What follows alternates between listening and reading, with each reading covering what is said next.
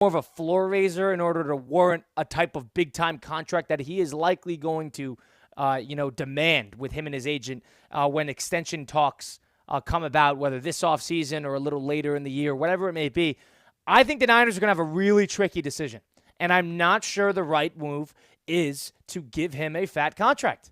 Christian, what are your take on that? Yeah, Brock Purdy is probably the best cog that you can ask for, but he's not an engine. And like we've seen engines across the league elevate, as you put it, their teammates, make their weapons better than who they are. It seems like Brock complements the weapons that surrounds him, but that means when you pay somebody like that, you can't pay the weapons at the same time. I'm with you. I'm really, for 2 games when CMC was hurt, Ayuk was gone, even Debo was gone, it was only Kittle, I saw Brock Purdy play some pretty good football. But that's the problem. It was just 2 games. Like, he's been weak the rest of the season, and we've seen this 49ers team fall out of the playoffs, large in due part to his inability to work with less than what he's used to.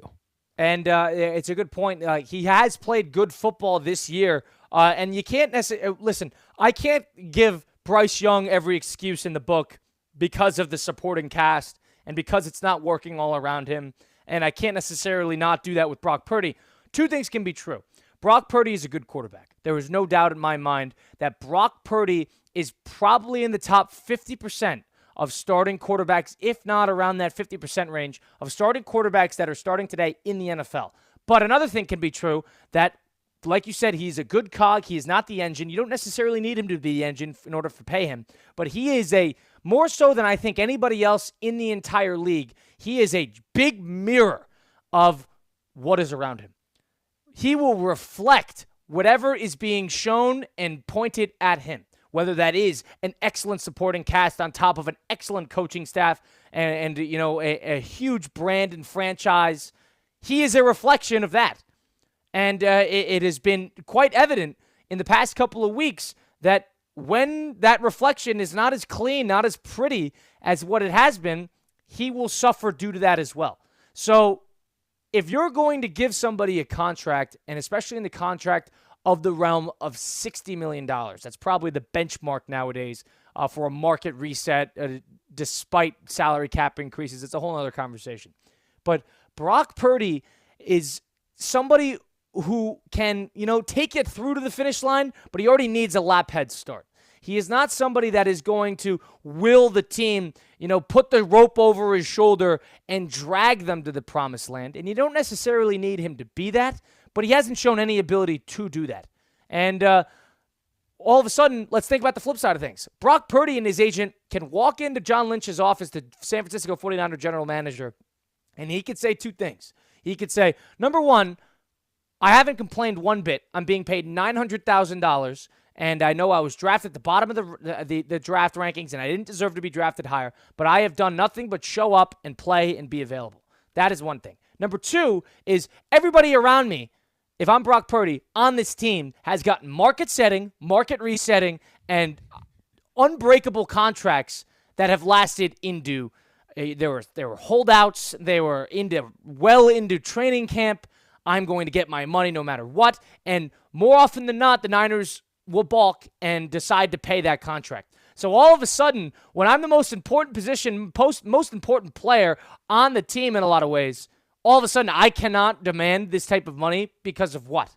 Because I'm not Christian McCaffrey? When McCaffrey doesn't play, plays in an expendable position in comparison to me being the quarterback? So I understand that position. That is the fight back, Christian, is Brock Purdy can walk in there and be like, hold on a second. I didn't play. You guys rolled out there with Josh Johnson, and you guys got absolutely destroyed when it mattered in the NFC Championship game. And then all of a sudden I come back and we play, and I'm outplaying Mahomes at a certain point in the Super Bowl, and we were a couple plays away from winning that game. It's a tricky spot. I don't know what the Niners are going to do here, but from what I am seeing this year, I'm not sure it's the right decision to invest so much capital into what Brock Purdy offers. So then the other options you have are hitting the free agent market and bidding for the one guy that's available, right? Sam Darnold. And then you also have the draft, which if they could turn Mr. Irrelevant into a competent, and maybe they scouted someone that way, or maybe they kind of curated him to be very competent and a good quarterback, Brock Purdy, or he could just find someone else like that. And it's easier said than done to just find somebody good enough to bring into the Super Bowl, even with all the tools around you. It'd be very funny. Brock Purdy, of course, is under contract for next year. So you don't have to. This is not a pressing issue right now. But why would Brock Purdy want to go out there next year making basically $900,000, losing 70% of it to taxes in California, when all of a sudden he has the opportunity to coordinate an extension in the offseason? It's buying low, if you want to call it that, if you're the Niners. But if you could get some sort of a bargain for Brock Purdy, he's worth more than what Baker's making. But he is probably going to be in the same realm of probably what Darnold's going to get. And I would, if I'm a betting man, I would say that's in the 40s. I think that if I were to place worth in terms of annual salary, I think him and Darnold and Baker are probably in the similar positions. Now, I don't think that he is going to take that amount of money. I think he's going to ask for more because of the postseason success he has had.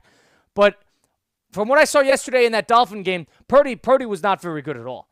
And it was in Miami. It wasn't necessary. You're not in Green Bay. You're not sitting there in minus 20 degrees. You're at Hard Rock Stadium. You're in Miami, Florida. I know you're across the country. Kittle was playing. Debo was playing well. Your defense was pretty healthy. Could beat the Dolphins. I know you were eliminated from the postseason before the game, but you have a great coaching staff. You're running out of excuses here. If you're Brock Purdy, you're going to have a decision to make. And the quarterbacks and the agents all work in the same bubble of we're going to just continue to reset the market as best we can and as much as we can. So I would be surprised if he accepted anything under $55 million a year. Now, the question is it in the Niners' interest to really balk at that and give him that money? There's a serious conversation to be had about if that is the juice worth the squeeze. Yeah, it's kind of starkly close to the Dak Prescott situation, because it looked like for a second to be one last ride for Dak, and then bang, opening the NFL season on that Sunday morning, he gets the contract where, okay, Dak's been good. At times, Dak has been great, but yeah, Dak has had a lot of weapons along his side, too. I mean, we're not going to ignore the great years early in his career where Zeke was a formidable factor, and we're not going to ignore that CeeDee Lamb might be a top 5 receiver in the NFL right now, along with a couple of great defensive teams that the Cowboys have had. And he hasn't made a conference championship game yet, despite all of that being known. Right. Cowboys still paid Dak. Maybe there's less years attached to it, of course. Dak has been a Cowboy much longer. This would be his 3rd contract with the Cowboys, opposed to Brock Purdy's 2nd. But I wonder how comparable those situations are. Yeah, I don't know. I personally think that Prescott is a better player than what Purdy offers because he is doing it with a coaching staff that is not necessarily as formidable as the Niners. The supporting cast, without a doubt, is better with what San Francisco has to offer. And I'm not saying Dallas doesn't have a good supporting cast, but it's not to the level of what San Francisco has. But Brock Purdy has the benefit of postseason success, which Prescott doesn't. Yeah. Prescott still got paid. So one side has, Purdy, who has won and played well in the playoff games. Yeah. He has played well. It's not like Purdy's coming in and he's coasting. Purdy's coming in. Purdy went drive for drive with Mahomes. And I cannot take that away from him. So off of that, I think that might be enough to get him paid. But there has to be questions. That's all I'm saying. So then, I had the options incorrectly. What are the options? Just let Purdy play out this contract? And then what would he say? Like you said, walk in and say, I'm worth more than this, and then not play? Yeah, bank on a bargain, I think, would be the best case scenario for both sides. Brock Purdy is making generational wealth. Well, this is the optimist of me thinking. This is the franchise builder. This is what I thought Trevor Lawrence was going to do as a Jacksonville Jaguar fan. I thought that Brock Purdy and the quarterbacks that kind of get it, that they understand that they're the cog, not the engine. If I like that, I'm going to keep stealing that. They understand that, they're the wheels. They're not the main part.